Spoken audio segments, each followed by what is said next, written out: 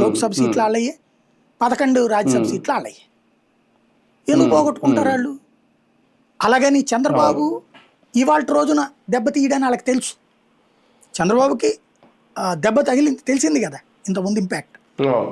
జగన్ రాకపోయింటే, జగన్ గెలవకపోయింటే చంద్రబాబు ఎప్పటికీ ఆ dominating role పోషించేవాడు.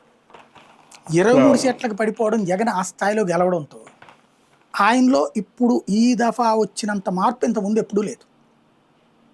ఓ రకంగా జాతీయ రాజకీయాల్లో అనవసరపు జోక్యాలు ఏమి చేసుకొని మొట్టమొదటిసారి ఆయన జాతీయ రాజకీయాల్లో ప్రగల్భాలు పలకకుండా మాట్లాడుతున్న మొట్టమొదటిసారి సంయమనంతో మాట్లాడుతున్నాడు.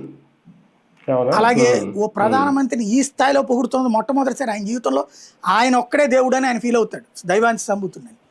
అసలు మనందరం అన్నం తింటోంది, మజ్జిగ తాగుతోంది, మంచినీళ్ళు తాగుతోంది, ఇవన్నీ ఆయన మనకందరికి అలవాటు చేసింది. మనందరం ఆటవికుల్లా బతుకుతుంటే మనందరినీ కాపాడి ఒక మనుషుల్లాగా తయారు చేసి తీర్చిదిద్దిన మహానుభావుడు అని ఆయన ఫీల్ అవుతాడు, ఆయన మనుషులు ఫీల్ అవుతారు.